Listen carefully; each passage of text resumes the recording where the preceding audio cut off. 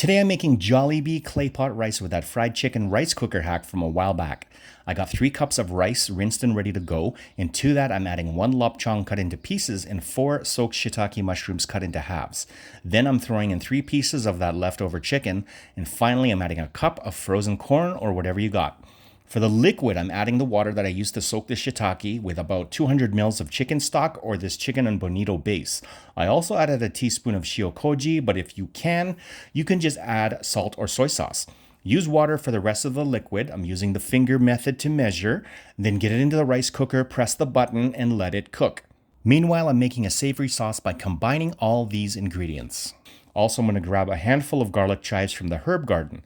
Now, once the rice is done, take out the chicken pieces and remove the meat from the bones. Put it back into the rice, add the chopped chives, the sauce, and mix everything together till combined. Serve with a bit of chopped scallions and enjoy.